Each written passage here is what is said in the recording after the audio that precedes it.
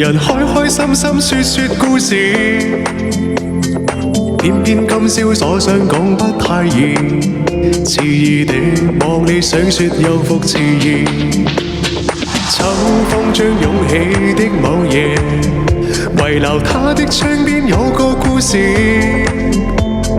孤單單的小伙子不顧寂寞，徘徊樹下直至天際6月圓。東風吹走幾多個月夜，為何窗邊的他欠缺注視？刻於窗扉小字寫的愛慕字，完全沒用，像個飄散夢兒。今宵的小伙子傾吐憾事，誰人痴痴的要再聽故事？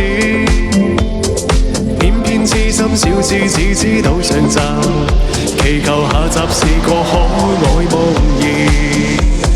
知不知對你獻上萬縷愛意，每晚也痛心空費盡心思。這小子喐啲爛於這故事，全為我愛上你，偏偏你不知。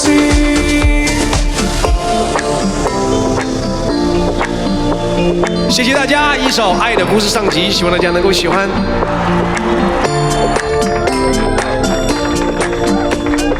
謝謝姐姐送來的真的愛你，謝謝。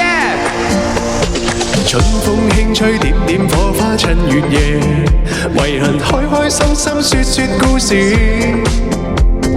終於傾出這小子的往事，長年累月為你站在支持。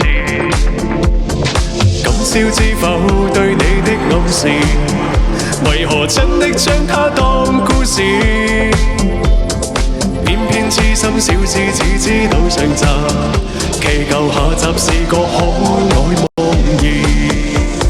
知不知對你獻上萬縷愛意，每晚也痛心空費盡心思。這小子喐啲爛啲這故事，全為愛上了你，偏偏你不知。